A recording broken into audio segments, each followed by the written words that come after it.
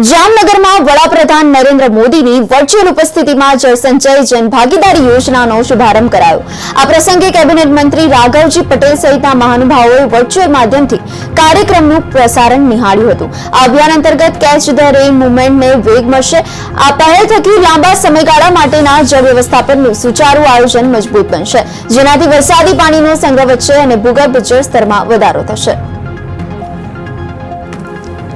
ખેતીનો પાક કઈ રીતે બચાવવો, પીવા માટે કઈ રીતે પાણી આપણે સંગ્રહ કરવું અને આપણા તળ જે ઊંડું ઉતરી રહ્યું છે એ તળ કઈ રીતે હાજુ કરવું, એના માટે કેન્દ્ર સરકાર અને CR પાટીલ સાહેબે એક મહત્વનો કાર્યક્રમ જળ સંગ્રહ અભિયાન સમગ્ર દેશમાં ઉપાડ્યો છે અને ગુજરાતમાં આ કાર્યક્રમ પૂરજોશથી ચાલી રહ્યો છે અને વધુમાં વધુ પાણી વરસાદનું જમીનમાં ઉતરે એના માટે જુદી જુદી સ્કીમો દ્વારા પ્રવૃત્તિશીલ થઈ રહી છે। ત્યારે આપણા જામનગર જિલ્લામાં પણ આ પ્રવૃત્તિ ખૂબ મોટી સંખ્યામાં થાય, તમે બધા એમાં રસ લ્યો, કારણ કે આ આપણા માટેનો કાર્યક્રમ છે, આપણા ભાવિ માટેનો કાર્યક્રમ છે।